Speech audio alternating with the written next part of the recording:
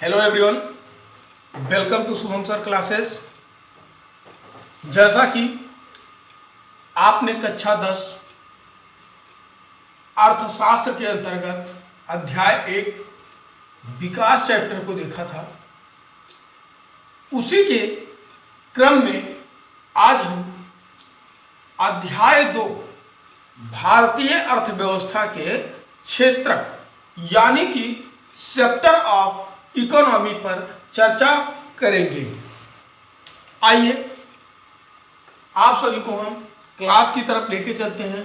आप सभी अपनी अभ्यास पुस्तिका व पेन लेके तैयार रहेंगे। तो जैसे आपने देखा कि चैप्टर नाम में देख रहे हैं कि भारतीय, पहला शब्द क्या है? भारतीय, फिर अर्थव्यवस्था, फिर इसके क्षेत्रक।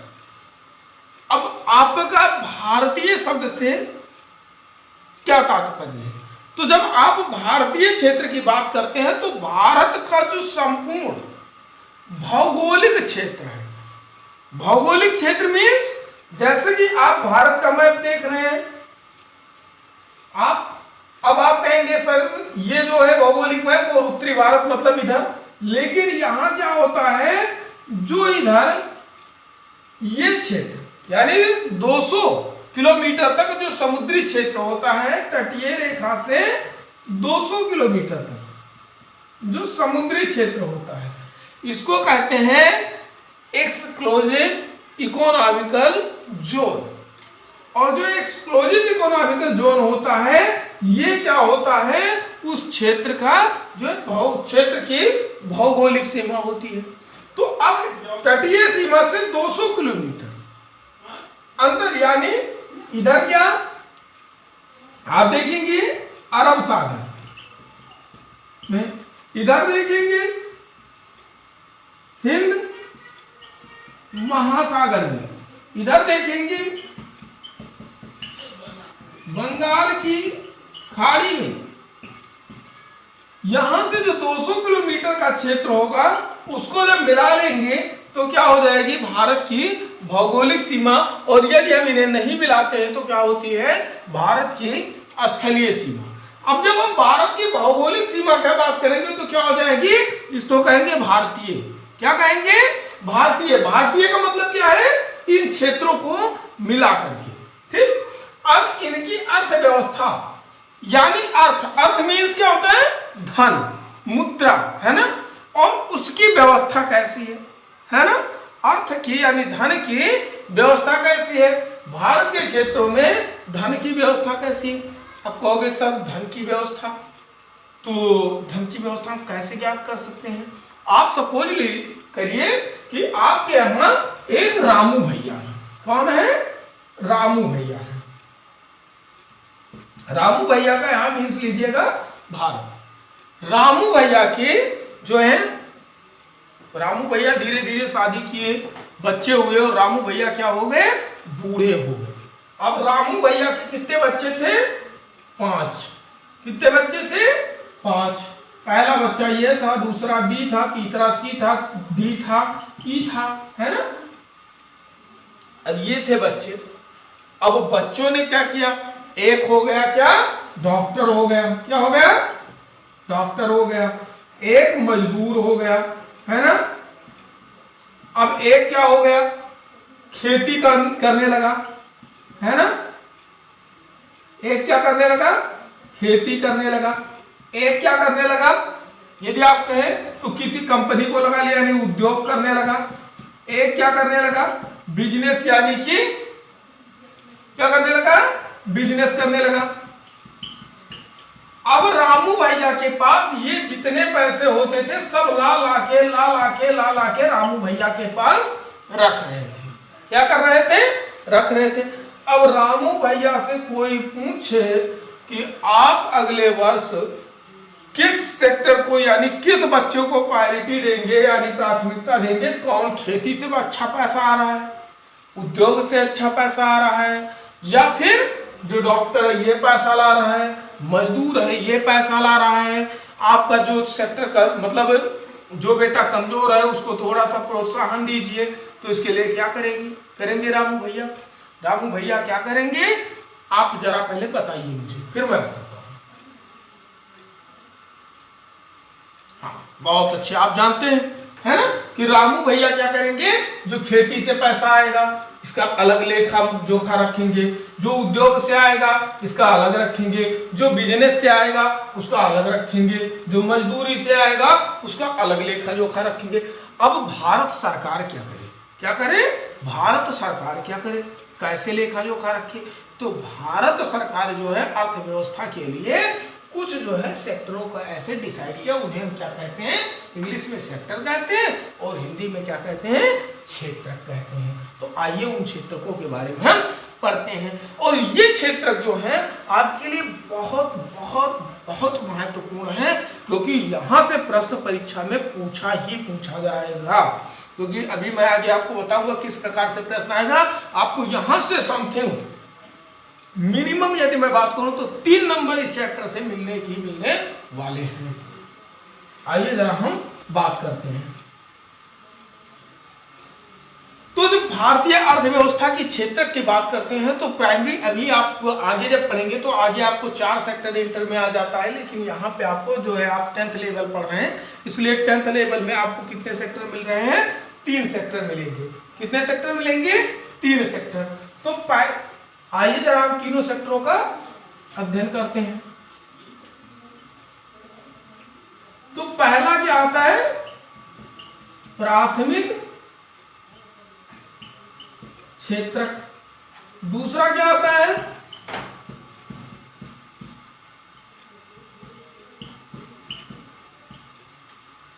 तीसरा क्षेत्रक, यानी प्राथमिक क्षेत्रक, द्वितीय क्षेत्रक और तृतीय क्षेत्रक। अब जो इंग्लिश वाले को लिखो, primary sector, secondary sector and tertiary sector. क्या, primary sector, secondary sector and tertiary sector. लिखिए आप सभी।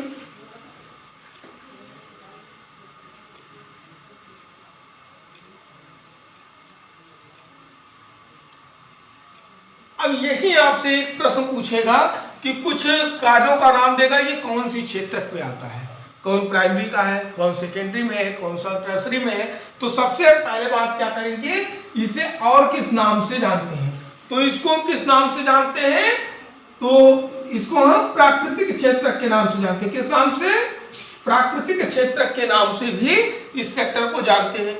जैसे इसमें कौन कौन से काम आएंगे, खेती है ना, डेयरी, पशुपालन है ना,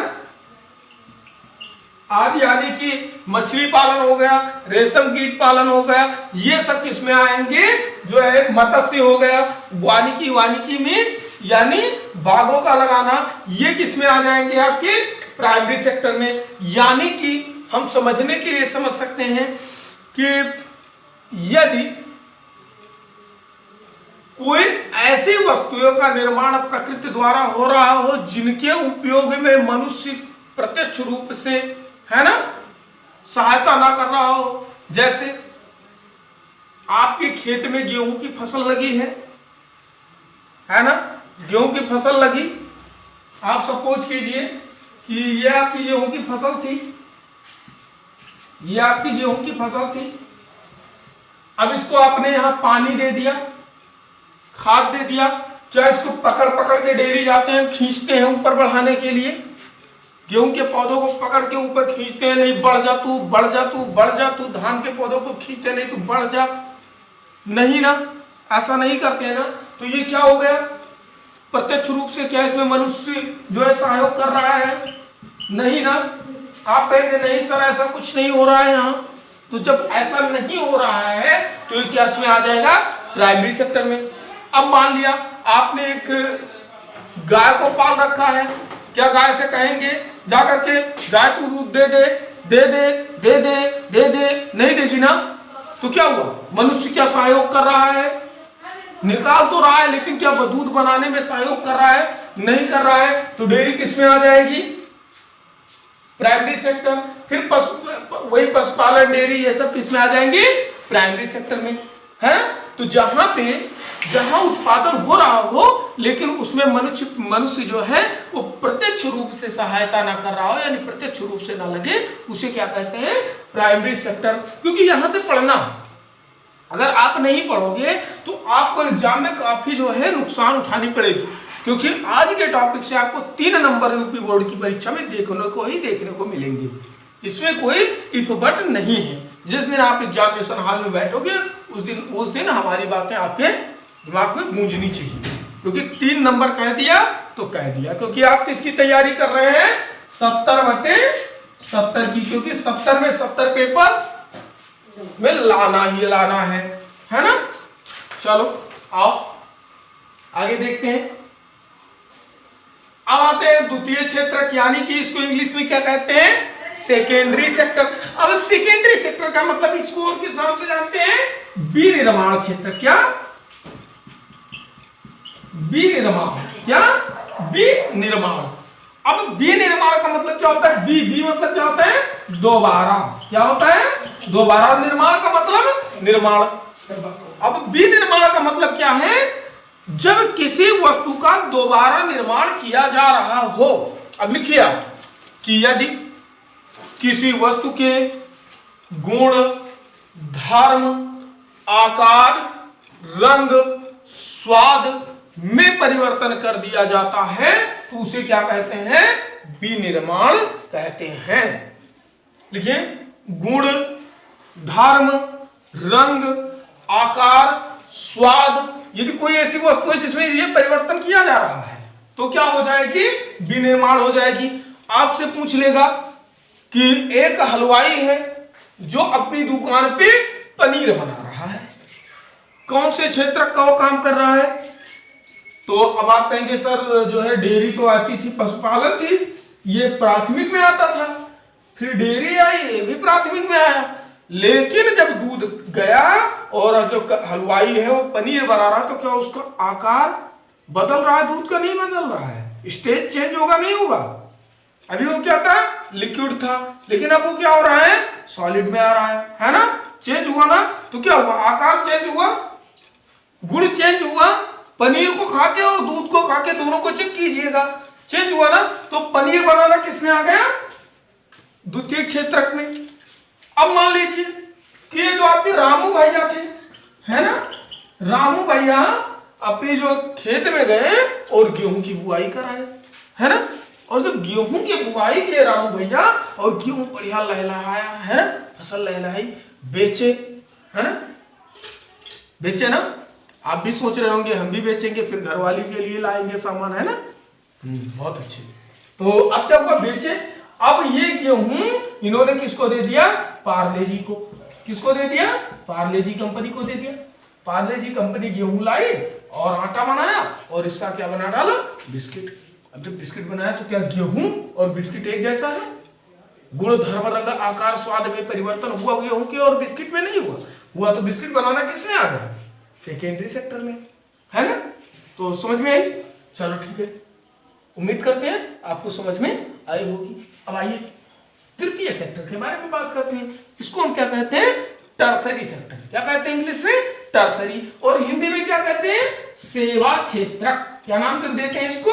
सेवा क्षेत्रक, है ना। आपसे पूछेगा सेवा क्षेत्रक ऑप्शन में दे दे तो सेवा क्षेत्रक पे टिक करिएगा, है ना। यह तृतीय क्षेत्रक। अब इससे क्या होगा? यदि जहां पे हम कोई ऐसा चीज ले रहे हैं जिसे हम किसी को दिखा नहीं सकते हैं और उसके बदले में हमने पैसा दे दिया तो क्या हो गया? वो सेवा में आ जाएगा। डॉक्टर साहब के यहाँ सुबह से बढ़िया सर दर्द हो रहा था, रोते रोते आंख से आंसू गिराते हुए गए, डॉक्टर साहब ने टेबलेट दिया, हमें देखा, अपनी फीस लिया। तो डॉक्टर, और जब घर पे आए सब लोगों ने पूछा अच्छा दिखाए डॉक्टर साहब को? तो हमने कहा हाँ दिखाए। कितना आराम हुआ? तो निकाल के जेब से दिखाएंगे इतना आराम हुआ ना सर में, है ना। मानो सिनेमा में आप गए ना, और सिनेमा में गए और खूब मजे लिए, खूब ताली बजाए, लेकिन जब घर पे आए तो मम्मी ने पूछा अच्छा आज मजा आया सिनेमा में? अरे मजा तो बहुत आया। मैंने पूछा अच्छा कितना आया, जेब से निकाल के दिखाओगे ना कितना मजा आया? नहीं दिखा सकते हो ना। तो जब नहीं दिखा सकते और आपने क्या किया, उस मनोरंजन के बदले में क्या किया, पैसा दिया। जहां पे पेमेंट हम कर रहे हैं, क्या पेमेंट कर रहे हैं, बट दूसरों के सामने उसे प्रेजेंट नहीं कर सकते हैं। क्या नहीं कर सकते हैं, प्रेजेंट नहीं कर सकते हैं। वहां क्या हो जाएगा, हमारा तृतीय क्षेत्र हो जाएगा। केवल यहां क्या करेंगे, महसूस करेंगे। यहां क्या होगी, केवल हम क्या करेंगे, फील करेंगे। क्या करेंगे, फील करेंगे। और फील करेंगे, बाकी प्रेजेंट नहीं कर सकते। क्या प्रेजेंट नहीं कर सकते, ओनली फील करेंगे और पेमेंट भी करेंगे। तो किस में आ जाएगा हमारा तीसरा सेक्टर। अब इसको हम जैसे हमने मान लिया कि आपका यातायात किस क्षेत्र में आएगा, तो यातायात जब देखेंगे तो हम मान लिया कि गए लखनऊ, है ना। अब लखनऊ गए, लखनऊ से घर आए, घर आने के बाद कोई पूछे अच्छा लखनऊ गए थे, हम कहेंगे हाँ गए थे। तो लखनऊ गए थे, जरा दिखाओ कैसे गए थे। तो हमारे पास ये हो सकता है कि हमने जो वहाँ सेल्फी ली हो, है ना, फोटो वगैरह ली हो, वो दिखा दे। नहीं तो अगर सेल्फियाँ नहीं लिए, है ना, सेल्फियाँ भूल गए, नहीं लेना भूल गए और हमने सेल्फियाँ लिया ही नहीं ना, तो अब क्या दिखा देंगे, तो निकाल के जेब से दिखा देंगे ना कि हम गए थे लखनऊ, नहीं ना, तो क्या होगा, इस सेक्टर में आ जाएगा, है ना। तो ये चीजें समझ में आई हो, एक बार जरा देख लीजिए, आपको समझ में आई होंगी, फिर आगे हम बढ़ते हैं।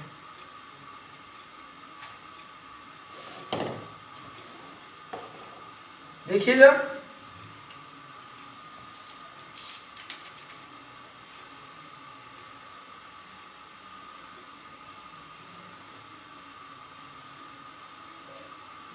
चलिए आप कुछ प्रश्नों का उत्तर दीजिए।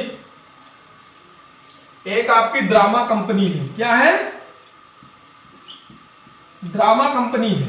ये ड्रामा कंपनी किस में आएगी, यानी नाच कंपनी जिसको कहते हैं, किस सेक्टर में आएगी, आप उत्तर दीजिएगा। अपनी नोटबुक में लिख लीजिएगा, जब हम नोटबुक आपकी कभी मंगवाएंगे तो देखेंगे, ठीक है। आप एक डॉक्टर को लिखिए, किस सेक्टर में आएगा, है ना। एक जो है चाय बनाने वाला है, वो किस सेक्टर में आएगा, है ना, चाय बनाने वाला, है ना। 3 हो गए। चौथा ये देखिए, चौथा अपने खेत में,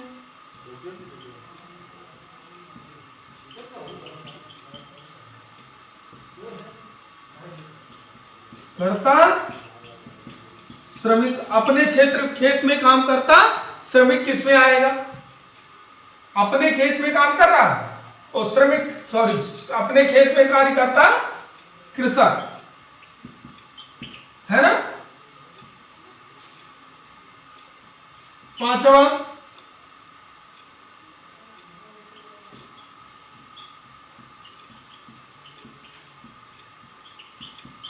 खेत में कार्य करता हुआ मजदूर इसमें आएगा। नेक्स्ट आप लिखिए 6ठा, एक शिक्षक किसमें आएगा, है ना। एक गृहिणी किस सेक्टर में आएगी,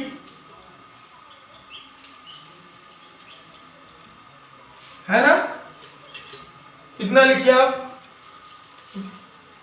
9वां लिख लीजिए।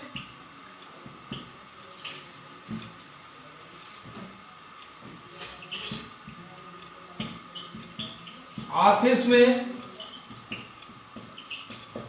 करता हुआ व्यक्ति, है ना। नेक्स्ट आपका जो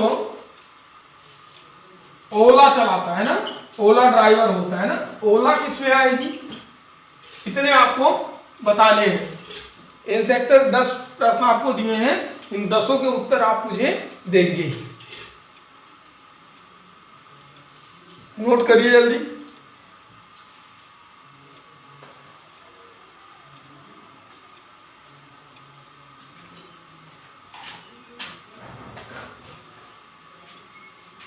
करते हैं, आपने नोट कर लिया होगा।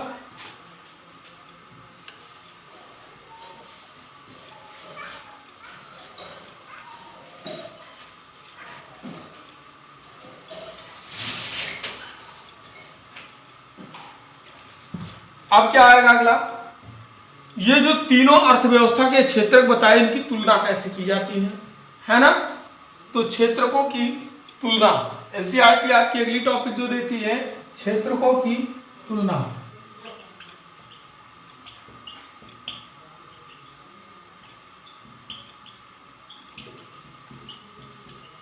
क्षेत्रकों की तुलना, जैसे प्राथमिक हो गया, द्वितीयक हो गया, तृतीयक हो गया।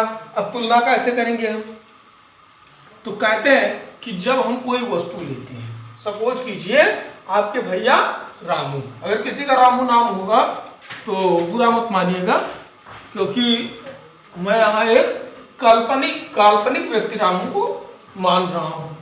आपका कौन है, रमुआ, कौन है, रमुआ, है ना। रमुआ ने अपने खेत में जो है कुछ गेहूं तैयार किया। क्या तैयार किया, 2 क्विंटल गेहूं तैयार किया। अब इस 2 क्विंटल गेहूं को इसने एक कंपनी की जो है आटा चक्की वाले को भेज दिया। इसने इसको जो है पीस के क्या तैयार किया, आटा, है ना। अब जब इसने आटा तैयार किया तो इसने गेहूं क्या रेट बेचा, मान लिया कि इसने 3,500 यानी 3,500 रुपए में गेहूं बेचा। अब ये आटा चक्की वाला जो है पीसने पे इस पे चार्ज कितना लिया, 200 रुपए। अब इस आटे का मूल्य कितना हो गया, 3,700 रुपए, है ना। क्या हो गया, 3,700 रुपए। इस आटे को किसी ने खरीद के ले लिया, किसी रेस्टोरेंट वाले ने ले लिया, विनिर्माण सेक्टर वाले ने ले लिया, इससे क्या बना दिया, ब्रेड। क्या बना दिया, ब्रेड। अब जब ब्रेड बना तो ब्रेड का जो मेकिंग चार्ज था वो कितना आ गया, 1,000 रुपए ब्रेड बनाने का, है ना। अब ये कितना, और जब ब्रेड बिका तो कितने का बिक गया, 10,000 का। कितने का बिक गया, 10,000 रुपए का। अब आप जब गणना करेंगे तो कौन सी मूल्य को अपनी अर्थव्यवस्था में शामिल करेंगे। 3,500 रुपए हमने शामिल कर लिया, 3,700 शामिल कर लिया, एक 10,000 रुपए शामिल कर लिया, है ना। अभी आप समझिएगा कि हमने 10,000 लिया, है ना, फिर कितना लिया, 3,700 रुपए लिया, फिर कितना लिया, 3,500 लिया। तो ये हमारा कितना हो जाएगा, 0 0 7 5 12 के 2 और 6 1 7 और 1 7 और 17,200 रुपए किसका होगा, जो इसको हमने पूरे मूल्य को लिया। क्या इतने की यहाँ बिक्री तो हुई है, यहाँ इतने की हो गई, यहाँ इतने की हो गई, यहाँ इतने की हो गई। क्या एक्चुअल में राष्ट्र में इतनी बिक्री हुई, तो हम कहेंगे नहीं। कितने की हुई, ये जो 3,700 है इसमें 3,500 इंक्लूड है, ये जो एक 10,000 है इसमें 3,700 इंक्लूड है ना। अब यहां कितने की हुई, लास्ट में 10,000 रुपए की। कितने की हुई, 10,000 रुपए की। ये क्या कहा जाएगा, वस्तु का अंतिम मूल्य। क्या कहा जाएगा, वस्तु का अंतिम मूल्य। अब आप कहेंगे सर ये वस्तु का अंतिम मूल्य क्या होता है, वस्तु के प्रतिफल में उपभोक्ता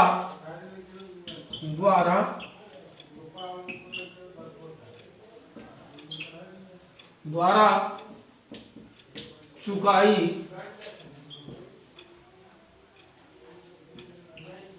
मूल्य। वस्तु के प्रतिफल में उपभोक्ता द्वारा चुकाई गई मूल्य जो होती है वो क्या होती है, वस्तु का अंतिम मूल्य होती है ना। आप क्या कहेंगे, यदि तृतीय सेक्टर की कोई सेवा है तो उसमें क्या आ जाएगा, अंतिम सेवा का मूल्य। क्या आ जाएगा, अंतिम सेवा का मूल्य। इसी को हम कह सकते हैं अंतिम वस्तु और सेवा का मूल्य। जरा नोट कीजिए आप।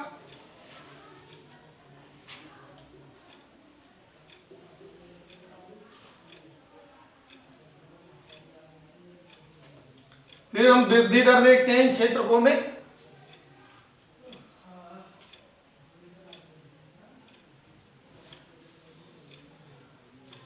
उम्मीद करते हैं आपने नोट कर लिया होगा।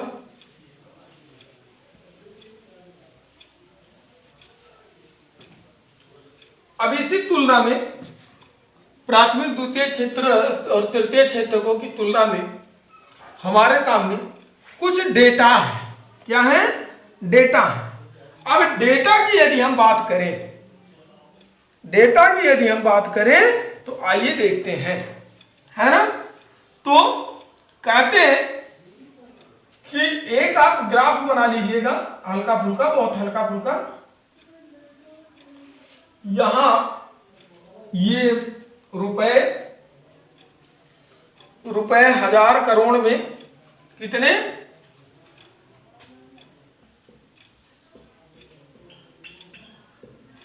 हजार करोड़ में, है ना। बनाइए आप सही। तो ये कितना हो गया? पहले जीरो, ये क्या हो गया? जीरो। ये कितना हो गया? 50,000 करोड़, 100,000 करोड़, है ना। ऐसे आप लिखते जाइए।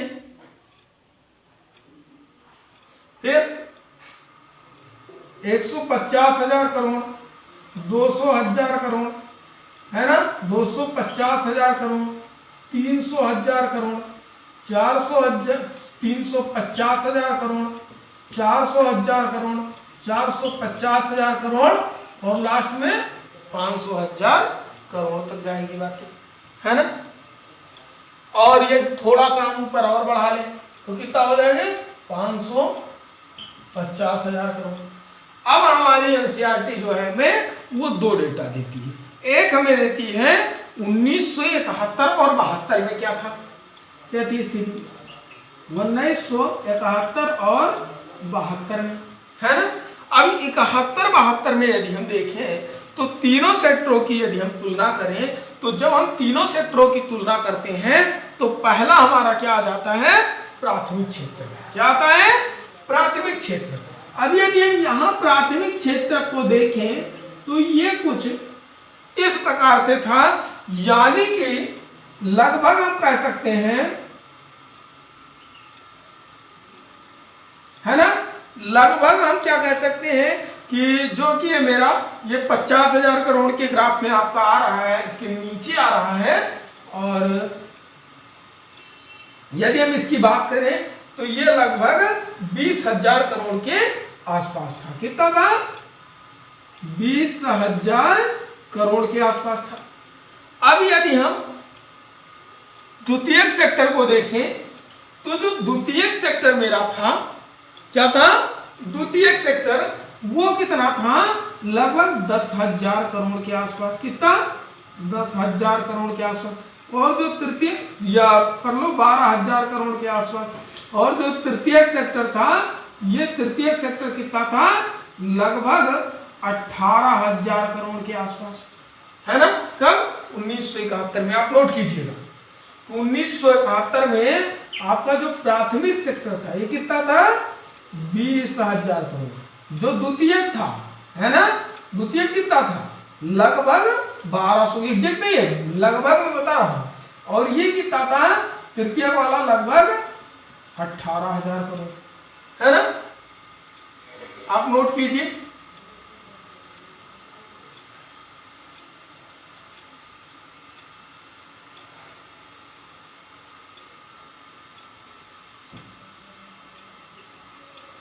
अब जब हम आते हैं 2011-12, कितना आते हैं? 2011-12 में जब हम आते हैं तो देखते हैं जो हमारा कृषि सेक्टर था ये कितना आ गया? 100,000 करोड़। कितना? जो प्राथमिक क्षेत्र था ये कितना आ गया? 100,000 करोड़। कितना आ गया? 100,000 करोड़, है ना। कौन सा सेक्टर है? प्राइमरी।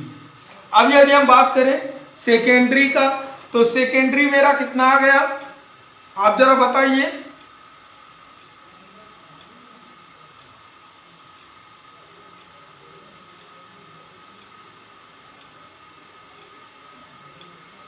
लगभग 130, कितना आ गया 130,000 करोड़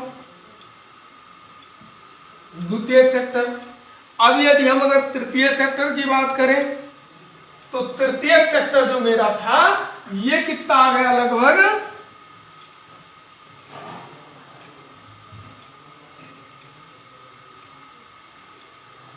देखिएगा जरा, लगभग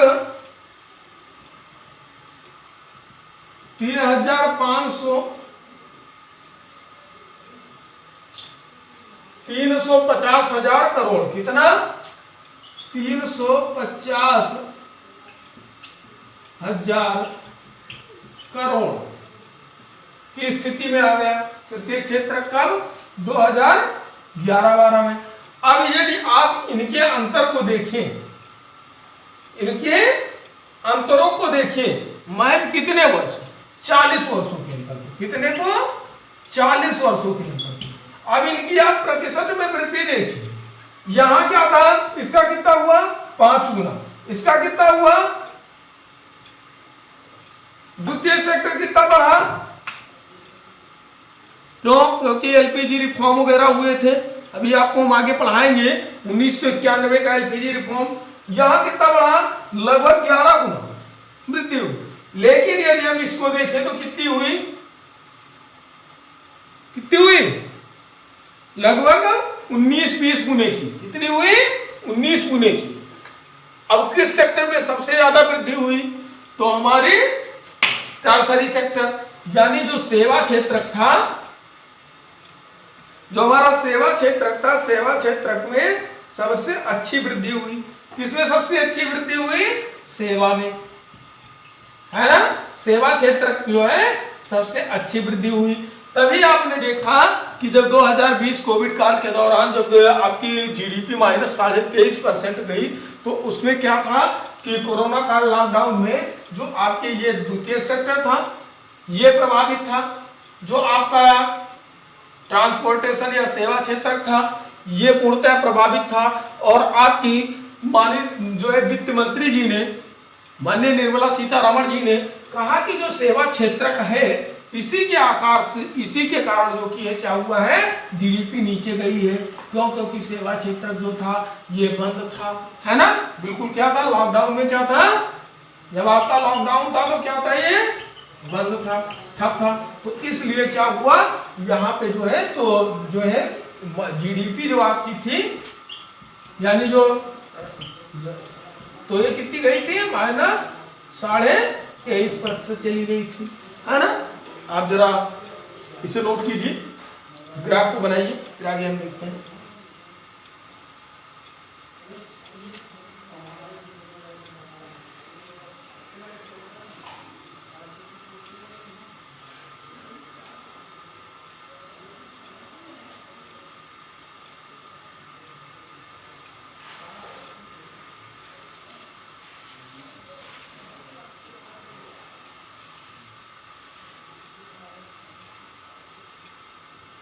देखिए, फिर हम जीडीपी में उदाहरण की बात करें,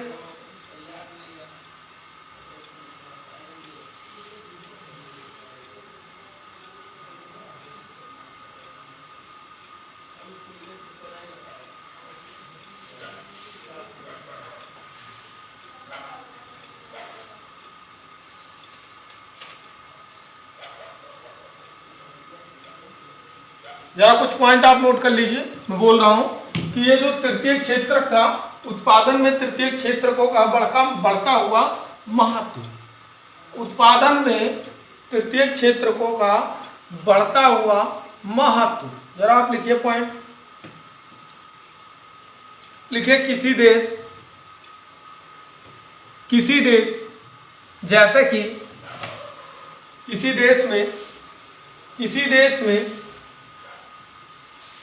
देश में जैसे अस्पताल, किसी देश में जैसे अस्पताल, शैक्षिक संस्थाएं, डाक सेवा, खाना, ग्रामीण प्रशासनिक सेवा, कार्यालय, नगर निगम, परिवहन बैंक, बीमा कंपनी आदि की आवश्यकता होती है, क्योंकि इन्हें बुनियादी सेवाएं माना जाता है। पूर्ण विराम। किसी विकासशील, देखिए, किसी विकासशील देश में इन सेवाओं के प्रबंधन की जिम्मेदारी सरकार उठाती है। नंबर 2 लिखिए, कृषि एवं उद्योग के, नंबर 2, कृषि एवं उद्योग के विकास में, कृषि एवं उद्योग के विकास में परिवहन, व्यापार, भंडारण जैसी सेवाओं का विकास होता है। प्राथमिक और द्वितीय क्षेत्रों का जितना ज्यादा विकास होगा, कामा ऐसी सेवाओं की मांग उतनी ही ज्यादा बढ़ेगी। यानी प्राथमिक और द्वितीयक सेवाओं का उत्पादन जितना बढ़ेगा उतना तृतीयक श्रेणी की मांग बढ़ती जाएगी, है ना। चलिए तीसरी पॉइंट लिखिए, आय बढ़ती है, आय बढ़ती है कामा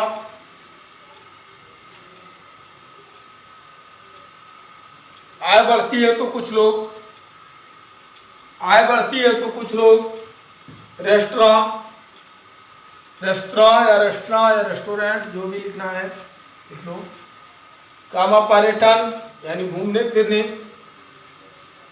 है ना, शॉपिंग यानी खरीदारी करने, निजी अस्पताल यानी जो सार्वजनिक अस्पताल होते हैं उनकी जगह निजी अस्पतालों का प्रयोग करना, निजी अस्पताल, निजी विद्यालय यानी प्राय सरकारी स्कूलों के स्थान पे प्राइवेट स्कूलों का चयन, है ना, व्यावसायिक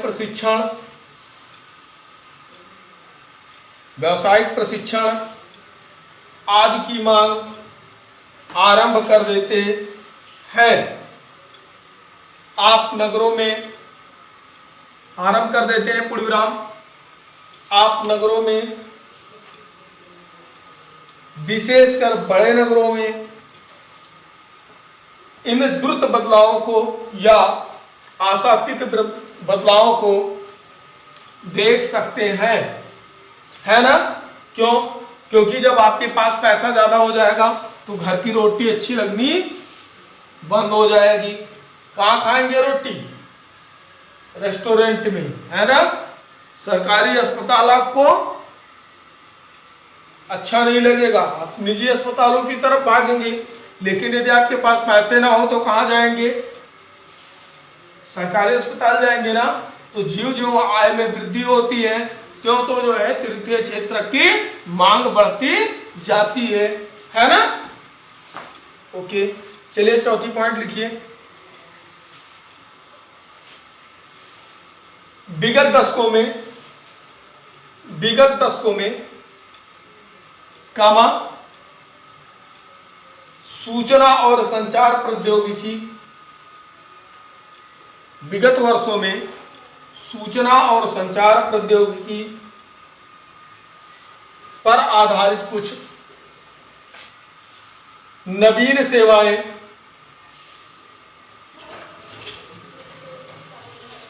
महत्वपूर्ण एवं अपरिहार्य मतलब होता है न टाले जा सकने वाला, ठीक, अपरिहार्य हो गई है। इन सेवाओं के उत्पादन में तीव्र वृद्धि हो रही है।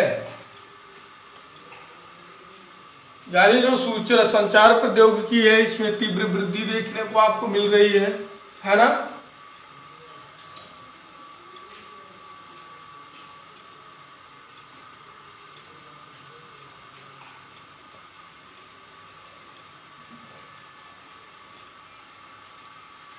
चलिए तो जरा हम आगे बढ़ते हैं, आपने इसे नोट कर लिया होगा।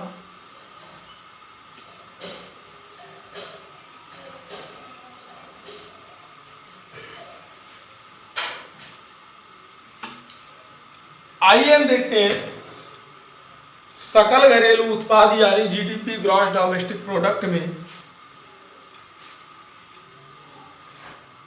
क्षेत्रकों की हिस्सेदारी क्या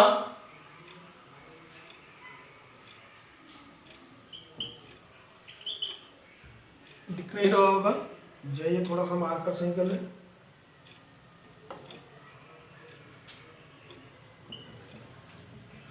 सकल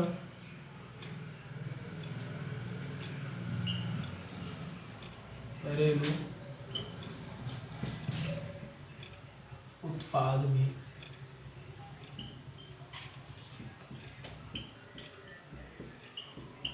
क्षेत्रकों की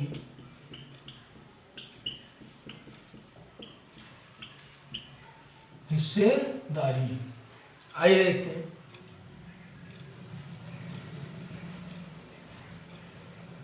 तो पुनः आप एक ग्राफ बनाइएगा और इस पे लिखिए जीडीपी, इसमें प्रतिशत में, जीडीपी प्रतिशत में क्या लिखेंगे, जीडीपी प्रतिशत में लिखिए 0, 10, 20, 30, 40, 50, 60, 70, 80, 90, 100 है ना। अब पुनः हम 1971 और 72 की तुलना करेंगे।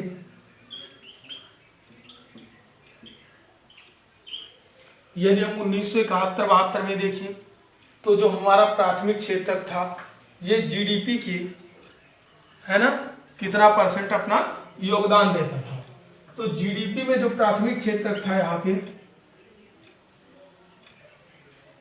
ये 40%, कौन सा था, प्राथमिक क्षेत्र, क्या देता था, योगदान। यदि हम द्वितीय क्षेत्रक को देखें तो जो हमारा है 10% का योगदान कौन देता था, द्वितीय क्षेत्रक, कौन सा, द्वितीय क्षेत्रक। यदि हम तृतीय क्षेत्रक की देखें तो जो तृतीय क्षेत्रक था मेरा वो 50%, ये क्या था, तृतीय क्षेत्रक, और ये 50% योगदान जीडीपी में अकेले ही देता था। कब, 1971-72 में। यदि हम 2011-12 की बात करें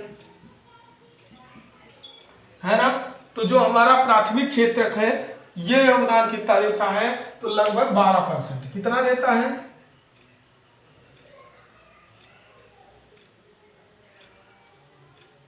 लगभग 12%। कौन, प्राथमिक क्षेत्रक। ये कौन सा क्षेत्रक है, प्राथमिक। यदि हम द्वितीय की बात करें तो लगभग 20%। कौन, लगभग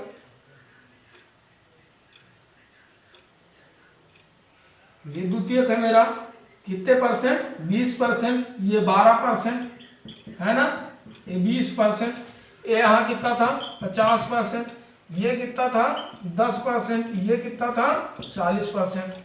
यदि अब हम तीसरे सेक्टर की बात करें तो 12, 20, 32 और टोटल कितना बचा 68। तो लगभग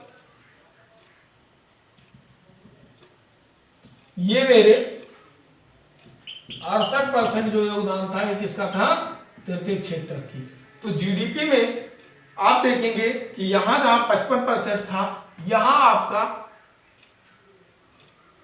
कितना पहुंच गया 68%। यहां जहां 40% था, ये 12% पे पहुंच गया, ये 10 से 20% पे पहुंच गया।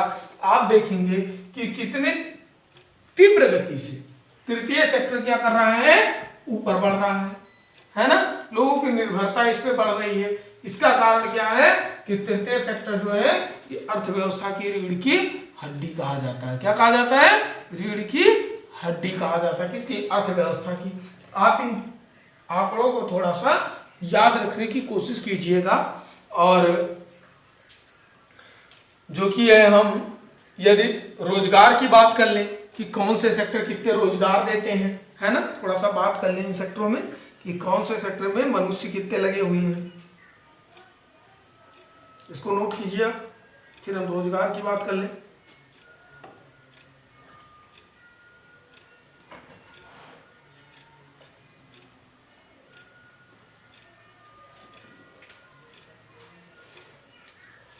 है ना, तो समथिंग आपने नोट कर लिया होगा।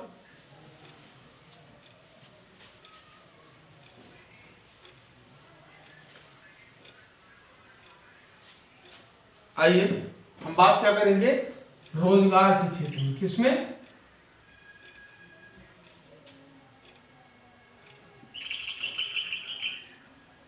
इसमें बात करेंगे रोजगार के क्षेत्र में कि कितने व्यक्ति किस सेक्टर में लगे हुए हैं। तो आप पुनः जो है लगाइए रोजगार प्रतिशत, एक तरफ बनाइए,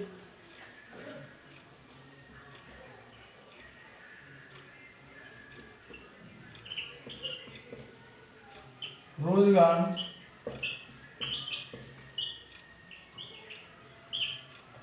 प्रतिशत में, रोजगार प्रतिशत में। तो यहाँ पर 0 हो जाएगा, यहाँ 10, 20, 30। आप इन चीज़ों को अपनी डाइट जो है अभ्यास पुस्तिका में आप बनाते चलिएगा। 70, 80, 100। क्योंकि सोशल साइंस ऐसी विषय है कि यदि आप इसे बार बार रिवीजन मोर देन रिवीजन आप नहीं करेंगे तो आपको याद नहीं होंगी। क्योंकि जो चीज़ हमारे इतिहास में लागू होती है वही हमारे अर्थशास्त्र में भी लागू होती है। क्योंकि हम अक्सर आपसे कहते रहते हैं कि इतिहास से बेवफा, सुबह पढ़ो शाम को सफा, यही चीज़ें सभी विषयों में है। यदि आप एक बार पढ़ लेंगे, रिवीजन नहीं करेंगे तो आपको चीज़ें याद नहीं रहेंगी। तो आइए अब हम जरा 1971-72 में इसमें देखिए क्या था, है ना। अब यदि हम प्राथमिक क्षेत्र की बात करें तो इसमें जो हमारे देश के यहाँ पे थे ये लगभग 70% लोग, कितने, देश की जो आबादी थी उसके 70% लोग इसमें लगे थे, खेती बाड़ी में। कितने परसेंट, 70% लोग। यदि हम बात करें उद्योग क्षेत्र में कितने लोग लगे थे तो लगभग 15% लोग, लगभग 15% लोग द्वितीय क्षेत्र में लगे थे। यदि हम बात करें तृतीय क्षेत्र में तो 15% लोग किसमें लगे थे,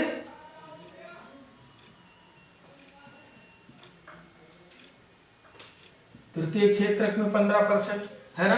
अब आप देखेंगे कि पैसा किससे ज्यादा आ रहा है, इन दोनों से, है ना। पैसा किससे आ रहा है, इन दोनों से ज्यादा, है नहीं, ठीक। जीडीपी में कौन योगदान कर रहा है, ये दोनों आदमी किस पे लगे हैं, इधर लगे हैं। तो यानी मुट्ठी भर चीज के लिए इतने से व्यक्ति और इतने से वस्तु के लिए इतने से मुट्ठी भर लोग, है ना। यानी तो क्या होगा, यहाँ पे आपको बेरोजगारी देखने को मिलेगी, प्रचंड बेरोजगारी देखने को मिलेगी, मौसमी बेरोजगारी देखने को मिलेगी, और जिसके कारण से आपको प्रतिवर्ती आय भी कम देखने को जो है मिलेगी कि न्यूनतम होती जाएगी। और भारत का विकास संभवतः इन्हीं कारणों से नहीं हो पाता है। देखिए 2011-12 में कुछ सुधार हुआ, तो आइए जरा देखते हैं। जब हम 2011-12 की बात करते हैं तो इसमें थोड़ा सा सुधार, बहुत अच्छा सुधार नहीं, लेकिन अन्य की तुलना में देखें तो जिस तरीके से जीडीपी में तृतीय क्षेत्र ने बढ़त की और इनका योगदान कम होता गया, ठीक उस प्रकार से रोजगार में योगदान कम नहीं हुआ। तो कितने परसेंट? लगभग 50%। ये किसमें? 50% लोग 2011-12 में जो है कृषि पर, क्योंकि कृषि का आंकड़ा भी है, 54% लोग कृषि में ही संलग्न है ना। लेकिन आपकी एनसीईआरटी 50% कहती है ना। 20% लोग 20% लोग आपके द्वितीय क्षेत्रक में लग गए, है ना। आपके जो तृतीय क्षेत्रक बचेगा तो 30% लोग जो है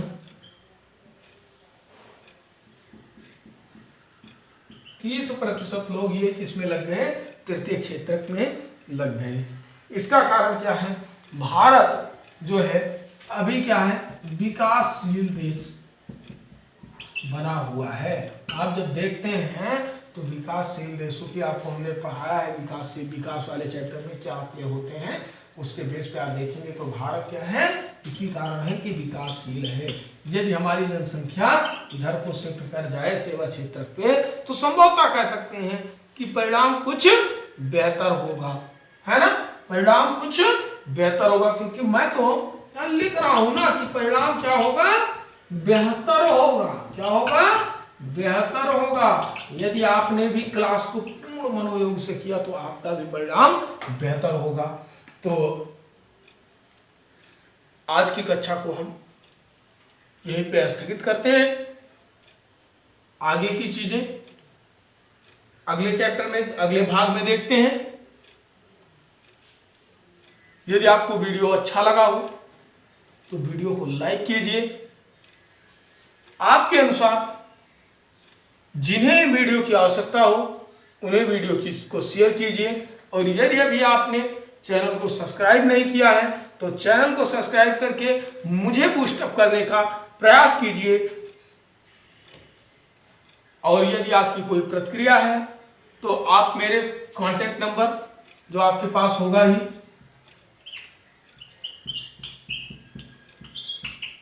कोई डाउट होता है तो इस नंबर पे व्हाट्सएप कॉल कुछ भी कर सकते हैं।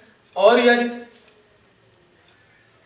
आपको कोई नॉर्मली डाउट है, कोई प्रतिक्रिया है आपकी, तो आप कमेंट बॉक्स में दे सकते हैं। मिलते हैं अगले वीडियो में, तब तक के लिए नमस्कार, जय हिंद।